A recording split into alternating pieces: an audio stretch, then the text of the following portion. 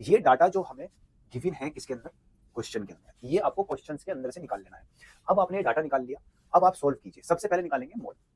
Molarity equal to होता है, molarity देखो एक मोल्स को होता है वेट अपॉन मोलिकुलर वेट, क्योंकि यहाँ पे मोलरिटी दे रखा है तो आप ये वाला निकालोगे। मोलरिटी इक्वल टू होता है moles of solute, moles of solute upon volume of solution, volume of solution किसमें, लीटर में। क्योंकि हमें मोल्स निकालना है तो हम मोल्स इधर ले आएंगे। मोल्स ऑफ सोल्यूट बराबर हो जाएगा मोलरिटी इनटू वॉल्यूम। मोलरिटी हमें दे रखा है 0.25, 0.25, वॉल्यूम हमें दे रखा है 2.5, 2.5। जब आप इन दोनों को मल्टीप्लाई करोगे तो 0.625 मोल निकल कर आ जाएगा। क्या निकल कर आ गया, मोल। अब आपको क्या निकालना है, मास निकालना है। कैसे निकालोगे, मास इक्वल टू होता है moles into molar mass.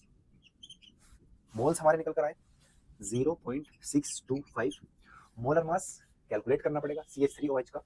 Calculate जब आप करते हो CH3OH का मोलर मास तो 12 plus 3 plus 16 plus 1 equal to 32 gram. कितना निकल कर आ गया मोलर मास, 32। तो 32 आपका मोलर मास आ गया। जब आप इन दोनों को मल्टीप्लाई करते हो तो आपका आ जाता है लगभग 20 ग्राम। मास निकल कर आ गया 20 ग्राम। मोल्स ऑफ सोल्यूट निकल कर आ गए 0.25 मिलीलीटर। और क्या बच रहा है हमारे पास, डेंसिटी बच रहा है। तो वैसे भी आपको दिख रहा होगा कि डेंसिटी का भी कुछ यूज है। तो अब हम क्या फाइंड आउट करते हैं, अब हम फाइंड आउट करते हैं वॉल्यूम। तो जब आप वॉल्यूम निकालते हो तो वॉल्यूम बराबर होता है मास अपॉन डेंसिटी।